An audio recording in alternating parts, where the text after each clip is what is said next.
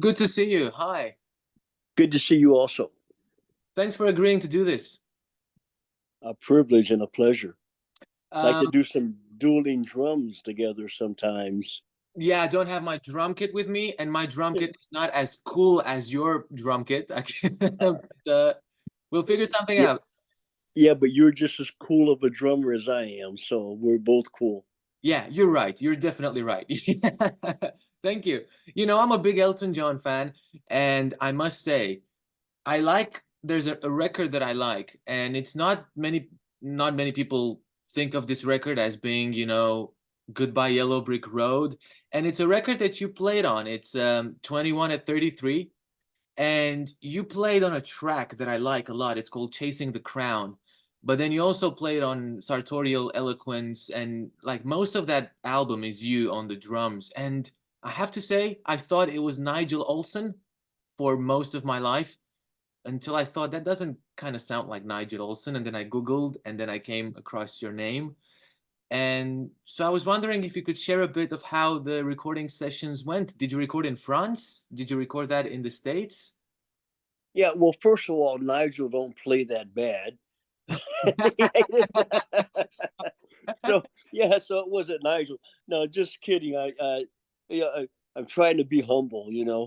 Um, yeah, we recorded it in Nice, France, Right.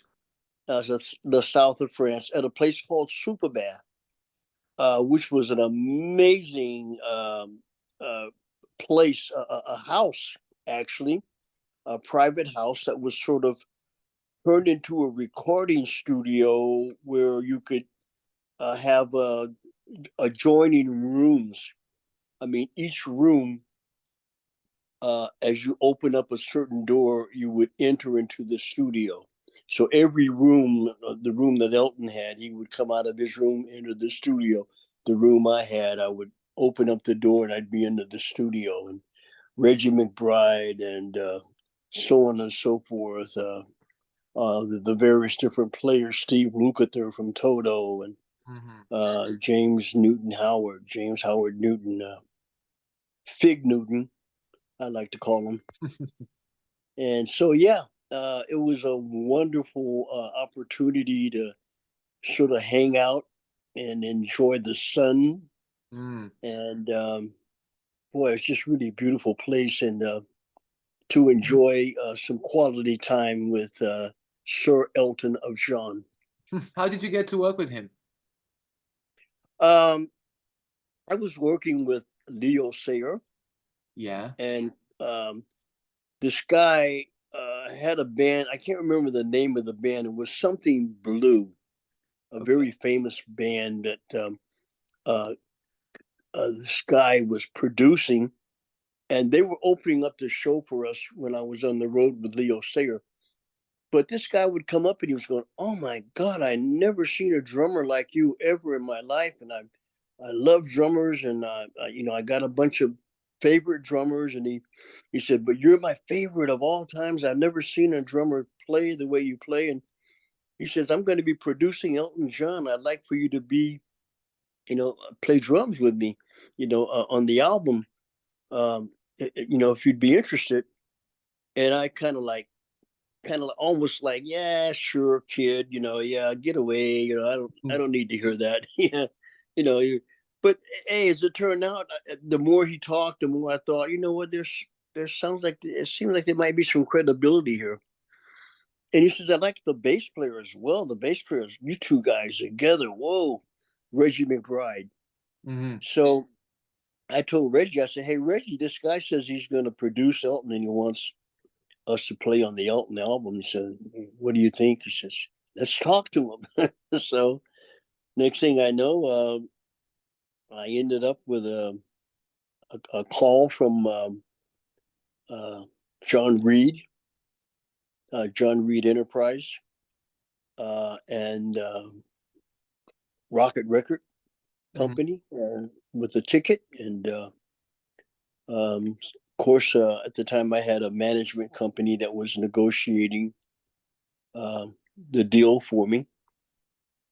And so that's how it all happened. I ended up on a plane on my way to the Nice of France with a car picking us up at the airport and taking us up to Super Bear up the mountain.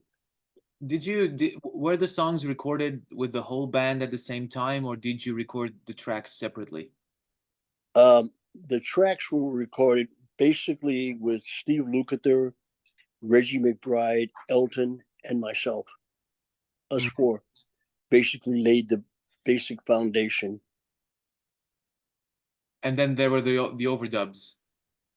Yeah, James Howard Newton came in, did some overdubs, and anybody else who was on any of that stuff, all overdubbed. How many takes did you record per song on average? Eh, two takes maybe at the Oh, most. so it was pretty efficient. Yeah, maybe at the I might be stretching it a little bit. It may be three.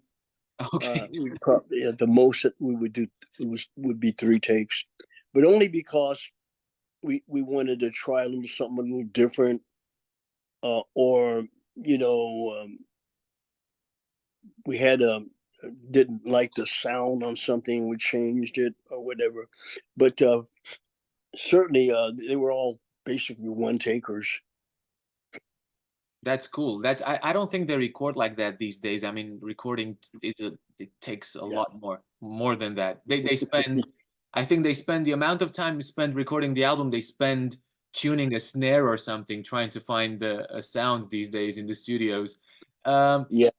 I've been doing some research on progressive rock drummers, people like Carl Palmer and Ian Pace. Well, Ian Pace is not really progressive rock, but Phil Collins, and they all mention because you were born in '53. Phil Collins was born in '51. You were born around the same time as all these guys, and they mention big band music out of all the genres. They mention big band and jazz and Buddy Rich, as being influences on their career, even though they ended up playing progressive rock. So was big band music an influence when you were a child, when you grew up? Sure. Yeah. Gene Krupa was my guy, Yeah. my go-to guy. Um, I'll be honest. Love Papa Rich. Everybody absolutely loves Buddy. Um, you can't not help but love him. He's just like the best. But for me, it's like to even get close to doing what that guy can do. You know what? Uh, I would probably just give up hope and say, you know what? I think I'll just be maybe a lawyer or a doctor or something else. I'll go to school and try to find some other way, some other means of having a good life or enjoying myself, or being able to take care of my family. I'm certainly not going to be able to do it as a drummer. When I look at Buddy Rich, uh, even though he makes things look easy, it's very complicated to be able to do what he did. But Yeah. Gene Krupa, on the other hand, he was just always kind of like, boy, his hair was flopping around, and it's like, Mm, ooh, look at you, mean you can do that? And he was like, he had this groove going. When you listen to Gene and you watch Gene, he was always, he had this thing going back and forward, and it was just like really a cool thing to see, where he was swaying, and it just made you feel good, and it made me feel like I could do what he was doing. mm, So, um, but he was too technical for me. But mhm. then I learned later on, it's good to be able to have all those chops and to learn how to read and to do those things, which I really never could develop really well. But Can my you read? biggest influence in that area was Gene. Can you read music? Yeah, I can read. Hmm. Did you Not as good ever? as not as good as I'd like to be able to read, but yeah. But did that not reading music well enough, as you say, did that? I don't know. Did you miss any gigs because you didn't have that? No, because I would lie about the fact that I could read and go in and do it anyway. Oh, and you would play by ear. You would like memorize it and Yeah, yeah. The bottom line is, once you see a triplet, mm, yeah. and you go, takata, tapata. As soon as you see the triplet, you know, what it is. So it's easy, pretty much to kind of wing it if you kind of get an idea for knowing the value of a note. If you see a quarter note, a half note, a dotted eighth note, once you get a feel for it, just make sure you're seeing what you're looking at. That you know what it is you're seeing, and just play it. Hmm. And beside Krupa, what were there any go-to drummers when you were a kid, when you were a teenager, drummers that influenced you big time? Oh yeah, Tony Williams. Mm. Um, um, Trying to think of the older guy who just died not too long ago. Elvin Jones, of course. Um, Cozy Cole, Cozy Powell. Yeah. You were 11 when the Beatles played on the Ed Sullivan Show. And of course, I'm making the transition to you playing with George Harrison. Did the Beatles influence you? Did Ringo do anything Oh, to you? my favorite. Are you kidding me? Love Ringo. Absolutely, yeah. God, I mean, what a drummer. I mean, when you think of drums, I mean, how can you not think of Ringo Starr, Yeah, absolutely. I loved Ringo. I thought it was just amazing uh what he did with the Beatles, and how he's still out there right now doing what he's doing. I'm totally blown away. So when you again, how did that happen? How did you get the call to record with George? And you as a big fan of Ringo, who was obviously in the Beatles as well, how did that make you feel? Because most people that I talked to Liberty DeVito, and he Liberty. yeah, yeah. I talked to him 3 years ago. I interviewed him, and he was flabbergasted when he got to record with Paul in 1986. So everybody I talk to, no matter how important they are, when they say that they recorded with a Beatle, they're so ecstatic. How did that feel for you? Um, well, um, I thought George got lucky getting me on his album. No, just, just, just kidding. Uh, yeah, yeah, yeah. The ego wants to, you know what I mean, to jump in and Mm, talk like that and feel like that. But the fact is that what a blessing. I mean, wow, who would have thought? Over a million years. I mean, I mean, I didn't wake up one day and say, "Hey, I think I want to be in George Harrison's album. I want to play with him." Or never did I really think that I wanted to ever play with any of the Beatles. But if I did, I didn't recall it, or I didn't go after trying to make it happen. It's just something that fell in my lap because I was working. I'd worked pretty extensively with Billy Preston. I knew Billy from the early days when I was with Little Richard uh, band. We had Jimi Hendrix playing guitar in our band, and that's we amazing. opened up the show with with Elvis Presley at the International Hotel in Las Vegas, Wait, Nevada. wait, wait, wait, wait, wait, wait, wait. So you played with Little Richard, and then Jimi Hendrix played with you, and all this was happening while opening for Elvis. Let me tell you the story real quickly, if I can. Yeah, do that, please. I'm all ears. I was a busboy at a place called the Biltmore Hotel in Palm Springs, California, beautiful, sunshiny Palm Springs.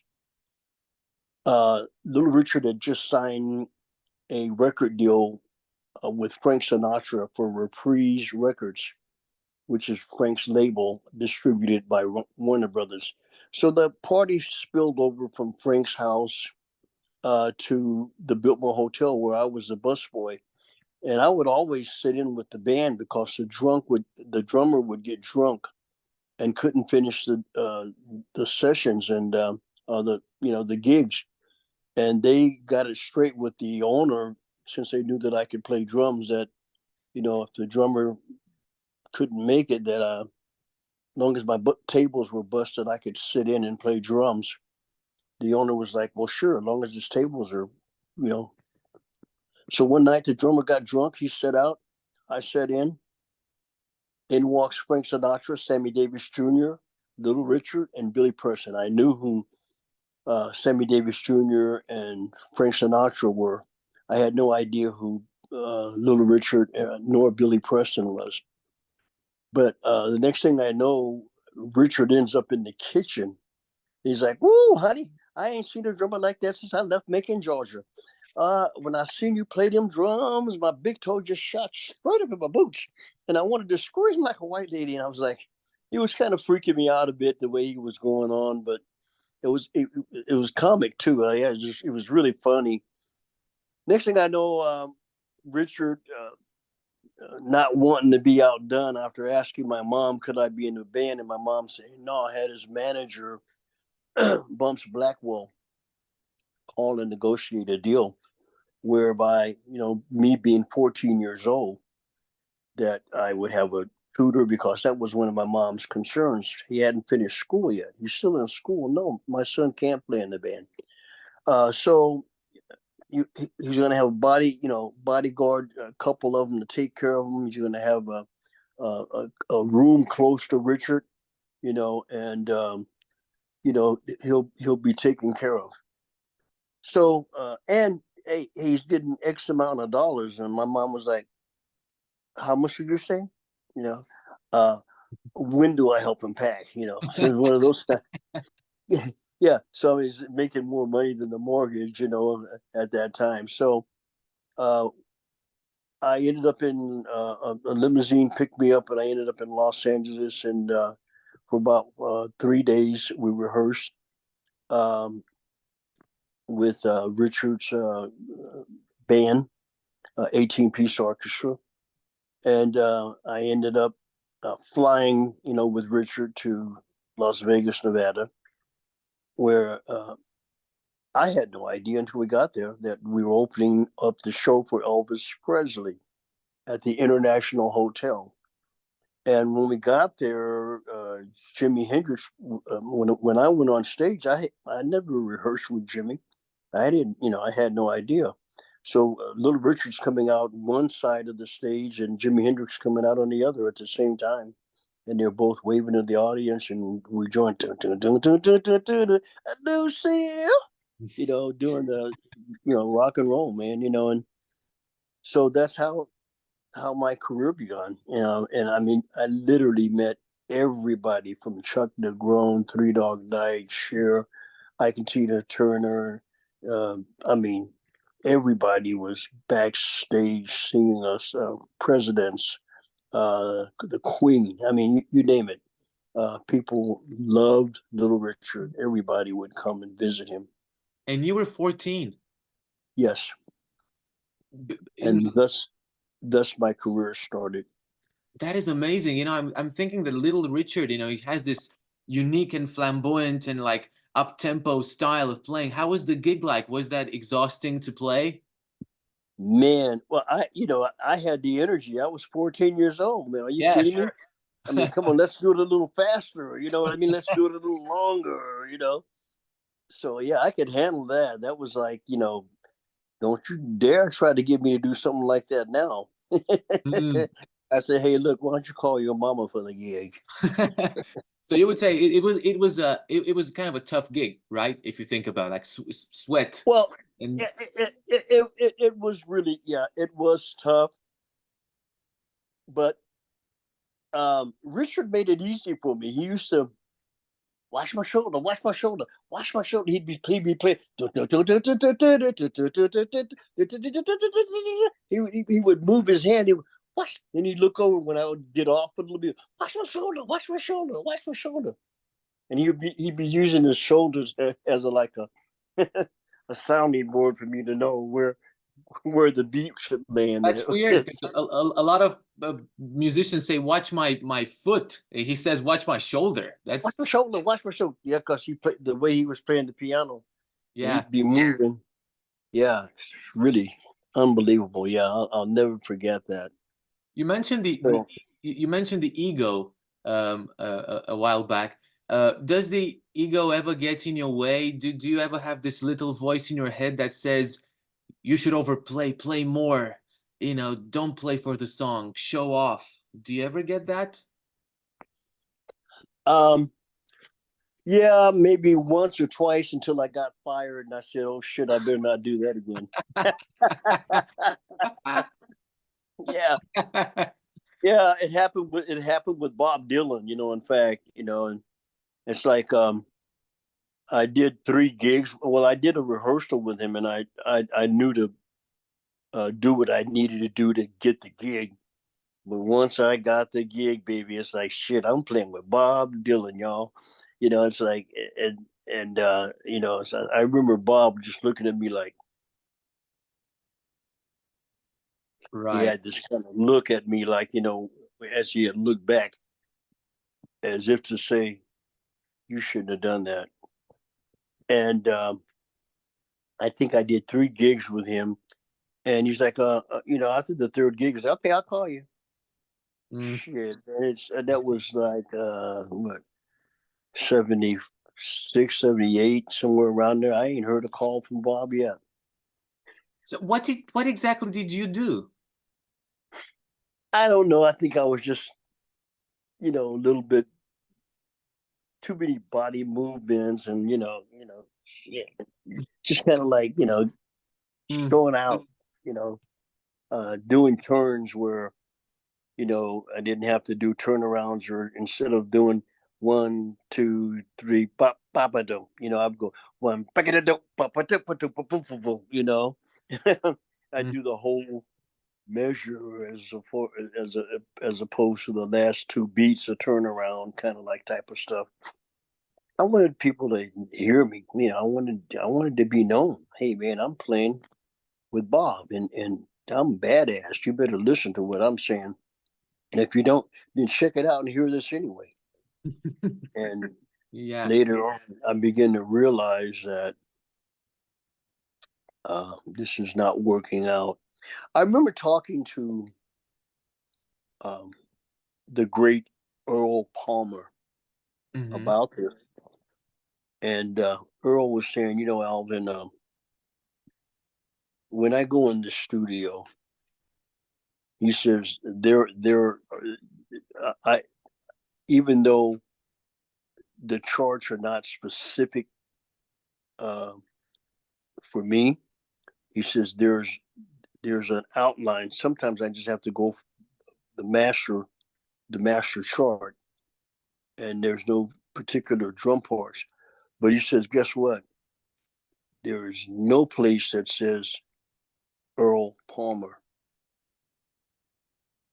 He says it's just when it's an 8 note, it doesn't say 8 note the way Earl Palmer plays it, or triplets the way Earl Palmer plays it. It just says triplets. So you got to forget about yourself and play for the music. Mm. And man, when you told me that, ever since then, it gave me. I mean, it put me in a place of humility. Whether I'm humble or not, I don't know, but I strive to be when I play. I mean, if you hear my playing, you're going to hear some humility. I mean, when you talk to me, you're probably going to get a bunch of arrogance and cocky, bullheaded, pride and ego. But as far as the playing, I have no room for any of that. It's got to be humility. I got to play for the artist. I got to play for the song. I got to play what's needed to get the attention of people. How do you know when you listen to a song, when an artist presents a song, how do you know what is needed? Well, it depends uh, on how the song is presented. Um, Sometimes you don't know. Sometimes I don't know, I should say. I'm just huge expression. I don't know what the hell this song needs, but I know that I'm going to get in there and play. I hear it, and Mm, I'm going to play. Whether I'm playing the right thing or not, if you want to ask my ego will say, "Oh hell, I know what I'm doing." But the true humility and the honest drummer that's playing this says, "I don't have a damn clue what's going on." So, but you just play for whatever you hear and try to make it stick. It's like someone says, "Hey, this is my story, and I'm sticking to it." Hey, this is my drum part, and I'm sticking to it. hmm. You were a part of American television history, although I think you weren't aware of it at the time when you played the first um, um, show, the first Saturday Night Live show in 1975, I think that was. Yeah, 75. Yeah, okay. How Wow, tell me, yeah, the four, almost 50 years ago, 50 years next year. Yeah. Uh, wow. yeah, I was thinking, could you tell me a bit about, you know, tell that story a bit? Well, um,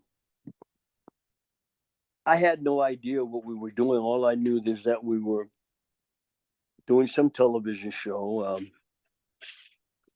Billy Preston, the management, Mr. Silverstein, Robert Silverstein, known as Robert Ellis, um, flew us into New York, and we got off at the JFK airport and headed to the limo and uh, ended up at this hotel. The next thing I know, we're talking about some TV show that we're going to do.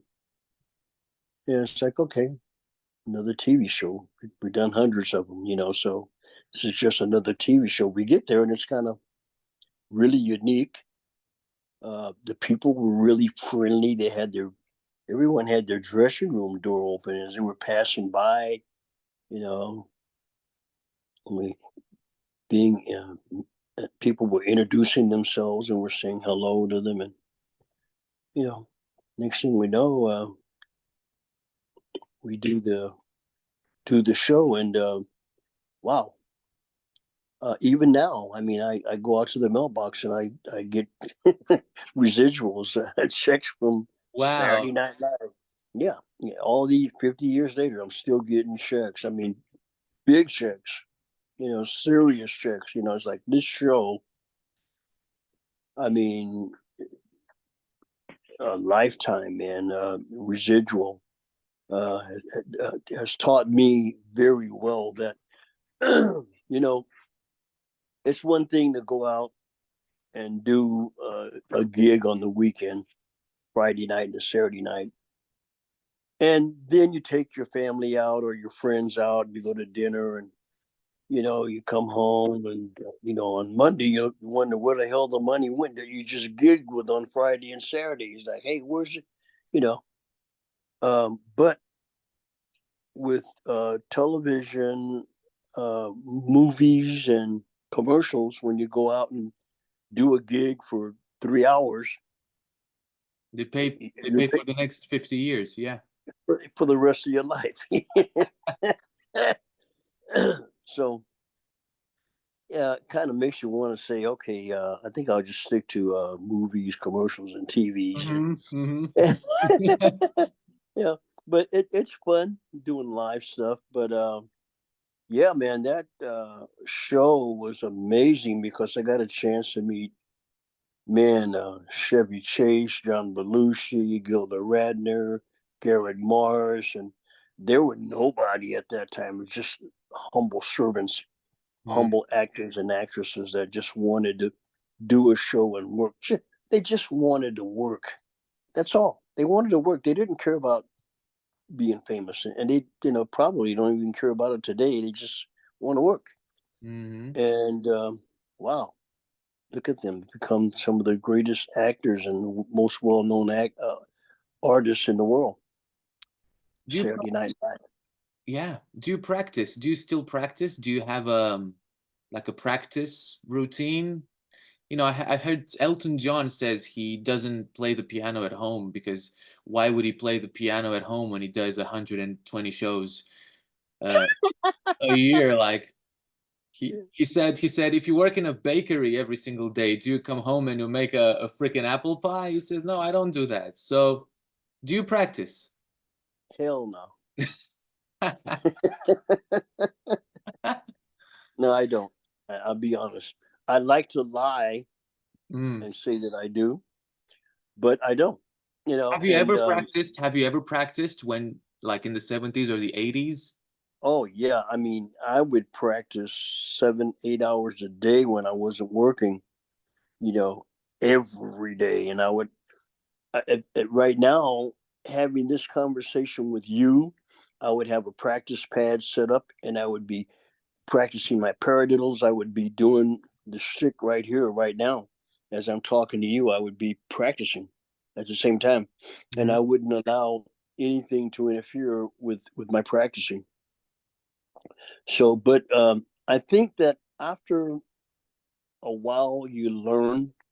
It's just like um, I'm a second degree black belt in Shotokan Kempo Karate, and I don't think that I have to practice every day because I memorize and I know the moves and I know them so well that it's not something that I have to continue to practice. If something happened where I had to use it, it's so vivid in my mind, you know. It's so available, I should say, to me in my mind that I automatically, it's just like if if a song came to me and all of a sudden someone said, "Okay, Alvin, get on the drums. 1, 2," and I started walking to the drums. 1, 2, 3, 4. And as soon as I sit down, I'm going to play whatever it is that need to be played. It could probably be a song I never heard in my life.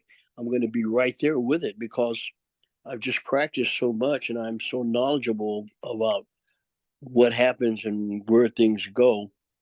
You just can't go wrong. So I think that the only reason that I would need to practice is if, um, let's say, an artist like, well, of course, he's passed and gone away, Michael Jackson. If someone like Michael Jackson said, "Hey, Sugarfoot Jonathan Moffat's not going to be available for my tour. I need you." If Madonna said, "I need you," if Eric Clapton or Elton, "Hey, I need you. I got a tour coming up." Okay, I'd start practicing and practicing and practicing so that I could build up uh, the stamina, Hmm. uh, build up the endurance that I would need to be able to endure through the set Hmm. for that night. If it's an hour and a half or 45 minutes or 2 hours or 3 hours that I'm going to be playing, I need to build up this ability to endure. And so I would practice and exercise and get in shape for that. But as far as practicing around the house every day, and no, I don't do that. Um, I think I'm kind of like Elton in that respect. Yeah. Um, what do you think are the most important, like let's say the three, let's maybe three, maybe five, three most important things you should do as a drummer if you want to get paid, if you want to play with bands and get along with the other musicians? Like top three abilities you should have as a drummer if you want to work. Well, um, first of all, you need to be at the right place at the right time. Uh, you need to get out and mingle around, meet people.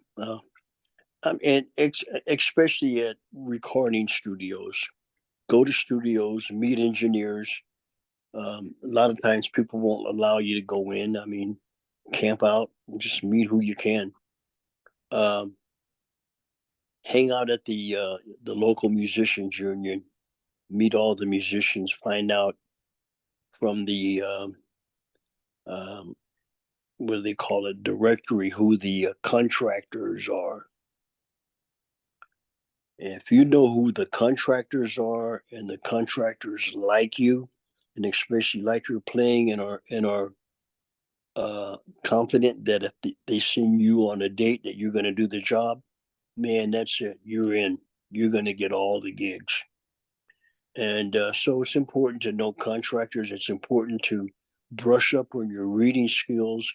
At least have the basic knowledge of how a chart starts and how it ends, and get in with uh, the contractors and meet a lot of producers, record producers, and let them know that you're available. Let them know you're a drummer.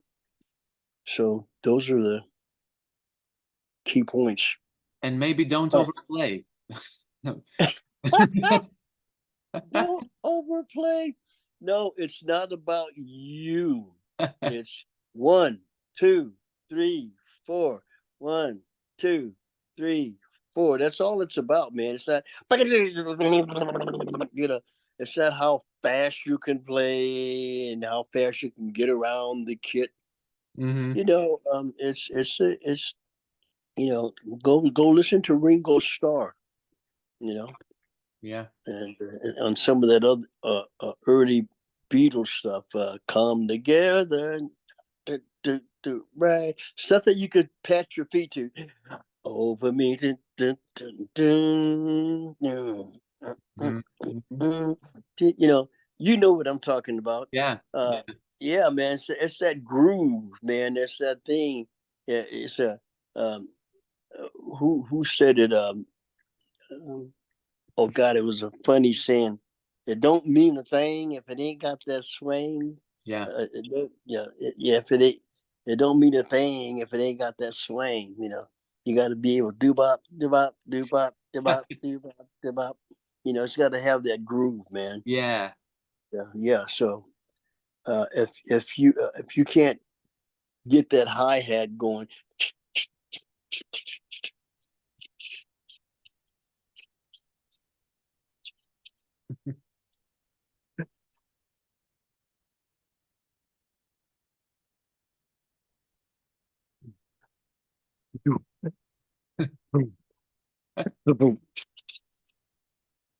you can't do that shit, then forget Hmm. it. Go home. It ain't gonna happen because it's not about anything else except for that groove. If it don't mean a thing if it ain't got that swing. Yeah. You're completely right. I was gonna move the focus from drumming, go back to Elvis. Was how you, I mean, you're the first person that I talked to that has seen Elvis in concert. Well, uh, not even talking about the part where you open for him, that aside, you also saw him. How was that experience for you? You know, the most amazing thing that ever happened to me in my life was working for Elvis because oh, I'm almost in tears right now and ready to cry just because I'm thinking how he influenced me, um, how he encouraged me because every night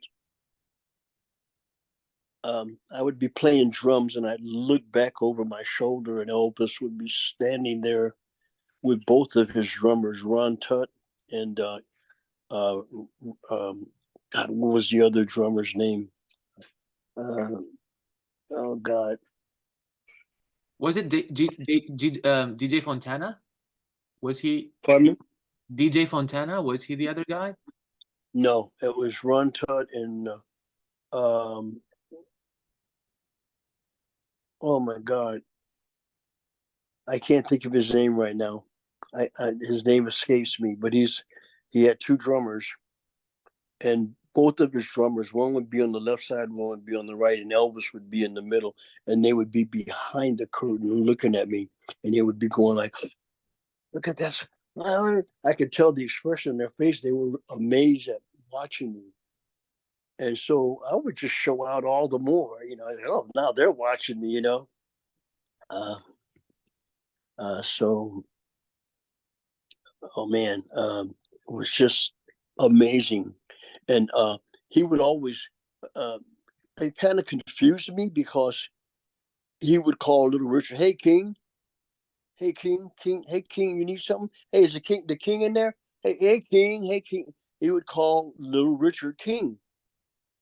And I thought, holy crap. I mean, isn't Elvis supposed to be the king? I mean, maybe you should call Richard the Queen. But if he's the king, I mean, but he's calling Little Richard King. And I'm like, wow. So he had a very special love, respect, and consideration for Little Richard, and his drummers were amazing. Ron Tudd and oh God, I can't believe. Think about the other drummer's name. The other drummer was more friendly even than Ron Tudd. Uh, Pooh Bear, Ronnie. They call him Pooh Bear. Uh,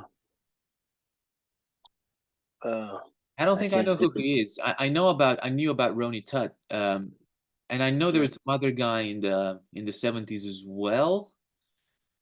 And yeah. maybe others, but I can't think of them right now. But that is such a I, cool I story. I'll think of his name later on, and maybe we can insert it. But yeah, it was really cool working with him. He uh, they used to have back in the day. Um, we were around when the very first digital watches came out, Mm. and I remember him having this digital watch on, and when he pressed it to see what time it was, and I was like, "Wow, that's amazing!" And he was like, "Yeah." And then next thing I know, the whole band, he bought 18, 19 of them, I guess, one for Richard. He bought, because we had oh no, it was 18-piece band, including Richard.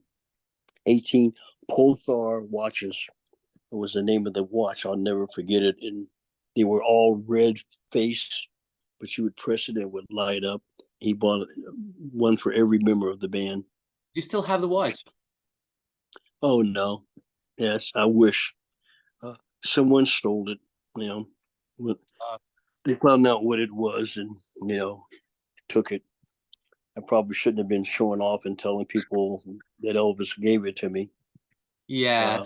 Uh, yeah, so uh, a lot of stuff that was given to me by, George gave me a book by um, one of his gurus, Mm. uh, and I lost that book. I lost pictures that I took with George, real, um, uh,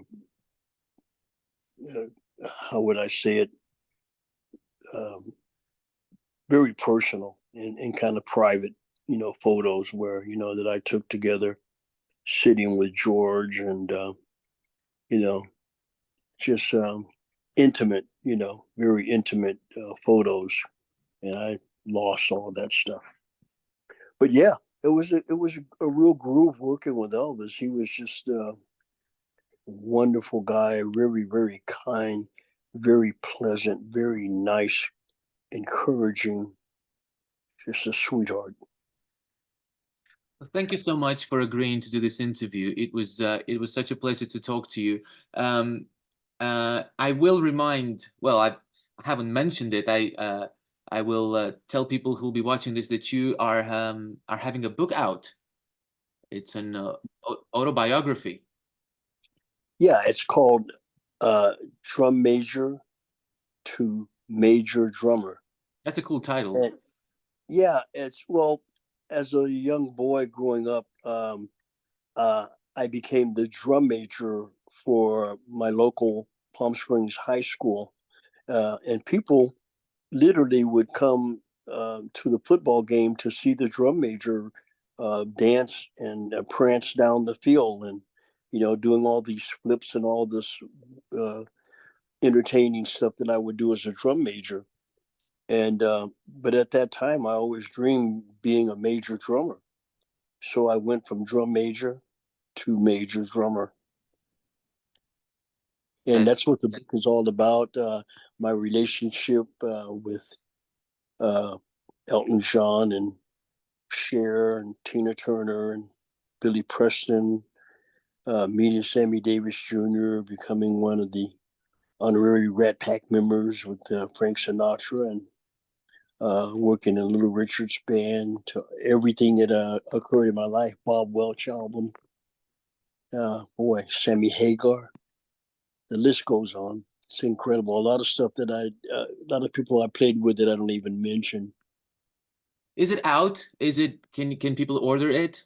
Is it out yet, the book? Not yet. The book will be out shortly. We're still putting, even as we speak, finishing touches on the book. Uh, in fact, to I would have been working on the book today, except I took the time out to get a chance to meet you Thank you. and talk with you, and very well aware of your career as well as a drummer, and the groups that you've played with, and you're incredible as well. I Thank you. just wish that I could sit beside you and play with you sometime together, and check you out some more on some of the videos and things that you've done. So I'm excited about you and your career as well as a drummer. Thank you. It means a lot. Thank you so much. Well, good luck with your book. I hope I'm gonna get a copy of it when it's out. I can't wait to hear more of the stories that you have to share, because we haven't even touched like 1% of your 50. When was the year you started playing drums? When Whew, I started playing at 14. I'm actually 70 now. I'll be 71 Hmm. March 26th. So So, one day after Elton, actually. Yeah. yeah. So, wow, it's been a lot. 56 years, maybe six. Crazy. It's, yeah, 56 years, probably approximately. 56 years of drumming. That's amazing. And you're still doing it and you're still loving it. Yeah. So you're not even 56 years old, are you? No, I'm 28. So I'm like, half your career. So, um, I was down in Baghdad when you were still in Dad's bag. Exactly. I knew you'd like that one. I'm gonna Yeah, steal that one. I'm gonna steal that one and tell it to people I who knew you would. Yeah, my wife hates it when I say that one. Every time she cringes, but I still have to say it. I think it's cute. Yeah, it's kind of a dad joke, but it's a good one. It's a very good Yeah, yeah, yeah, yeah. I told I had an older guy tell me that one. when I was bragging about something and about where I had been and all the places that I had been. Ah, shit! I was down in Baghdad when you were still in Dad's bag. I thought to myself, I'll steal that one. Well, thank you. You're an inspiration when it comes to drumming, and apparently you're an inspiration when it comes to jokes. So, thank you. Well, I'll send you the link once it's posted, and thank you so much for doing this. My pleasure, Alex. Thank you for the invitation. I appreciate talking to you. Thank you. We'll keep in touch. Thank you. Bye bye. Have a great day. Bye bye. Thank you. Bye bye.